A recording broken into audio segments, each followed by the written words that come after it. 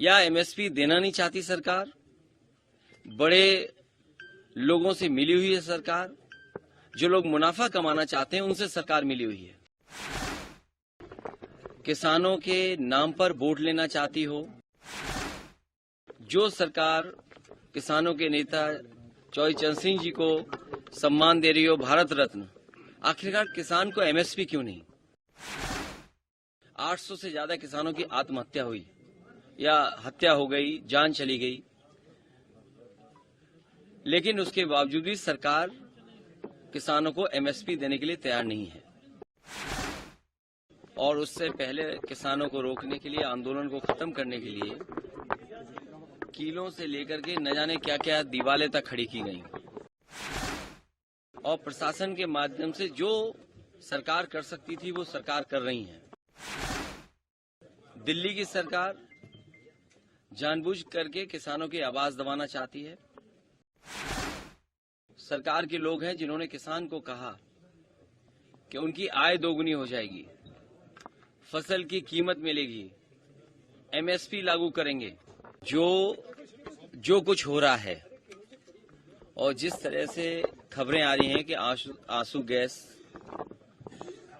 और उससे पहले किसानों को रोकने के लिए, आंदोलन को खत्म करने के लिए कीलों से लेकर के न जाने क्या क्या दीवारें तक खड़ी की गई। और प्रशासन के माध्यम से जो सरकार कर सकती थी वो सरकार कर रही है। दिल्ली की सरकार जानबूझ करके किसानों की आवाज दबाना चाहती है। ये वही सरकार के लोग हैं जिन्होंने किसान को कहा कि उनकी आय दोगुनी हो जाएगी, फसल की कीमत मिलेगी, एमएसपी लागू करेंगे। कुछ वर्षों पहले हमने और आपने देखा, किसान आकर के धरने पे बैठ गए। 800 से ज्यादा किसानों की आत्महत्या हुई या हत्या हो गई, जान चली गई,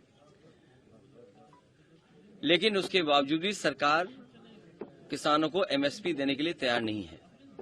तो जो सरकार किसानों के नाम पर वोट लेना चाहती हो, जो सरकार स्वामीनाथन जी को भारत रत्न दे रही हो, जो सरकार किसानों के नेता चौधरी चरण सिंह जी को सम्मान दे रही हो, भारत रत्न, आखिरकार किसान को एमएसपी क्यों नहीं? या एमएसपी देना नहीं चाहती सरकार, बड़े लोगों से मिली हुई है सरकार, जो लोग मुनाफा कमाना चाहते हैं उनसे सरकार मिली हुई है। और उसी का परिणाम यह है कि किसान की आवाज दबाने के लिए लगातार सरकार इसी तरह का व्यवहार कर रही है किसानों के साथ। आने वाले चुनाव में जो 2024 को होने जा रहा है, देश की जनता भारतीय जनता पार्टी को हटा देगी।